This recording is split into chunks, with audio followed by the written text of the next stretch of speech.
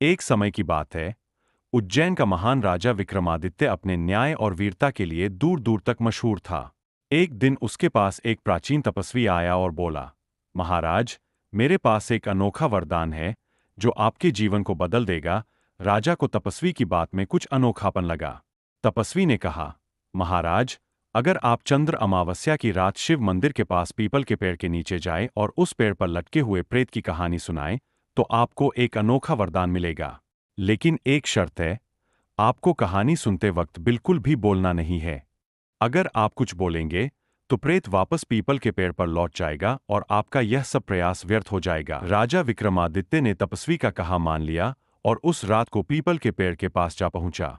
जैसे ही उसने प्रेत को अपने कंधे पर उठाया, प्रेत ने एक कठिन और भयानक कहानी सुनानी शुरू की। कहानी सुनते हुए विक्रमादित्य का दिल बहुत ज्यादा उदास और पीड़ित हो गया, क्योंकि उसमें उसके अपने जीवन के पहलू भी शामिल थे। लेकिन राजा ने अपना वचन निभाया और बिल्कुल भी नहीं बोला। जब कहानी अपने अंतिम मोड़ पर थी और प्रेत ने एक छुपी हुई दुखदायी बात खोली कि राजा का एक शिशुकाल में ही मार दिया गया था और किसी ने उसका खून कर दिया था, तब राजा का हृदय दुखी हो उठा और उसने अपने दुहक में एक शब्द कह दिया, क्यों? जैसे ही राजा ने बोला, प्रेत एक झटके में वापस पेड़ पर लौट गया और राजा का वरदान पाने का सपना अधूरा रह गया।